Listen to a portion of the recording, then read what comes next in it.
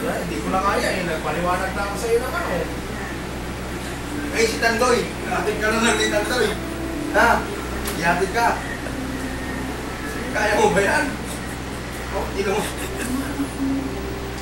Diyan pala sa labasan, wala na. Hindi na. Ayusin mo na yung mukha mo. Magano ka na lang. Kung ayaw mo ng mami mo, huwag mo na munang pansinin ang 1,000. Yan lang ang payo ko sa'yo.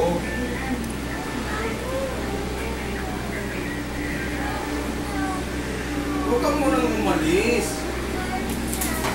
Kailangan ka namin dito. Sino magtatao sa bodega kung maalis ka? Di ba? Oh.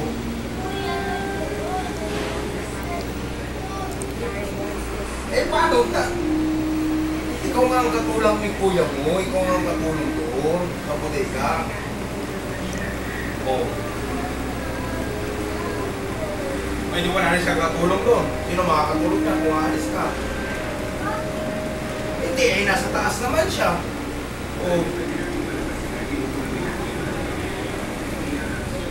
Okay, huwag mo na lang pansinin. Eh, sayang nga yung ganda na yan kung aalis ka mag-isa. Walang driver. Hindi kaya mo yan, hindi mo kaya yan. Tatricycle ka na lang. Ha? O maglalakad ka lang. Maglalakad ka lang. Bahala na. Wala na. Suko na ako.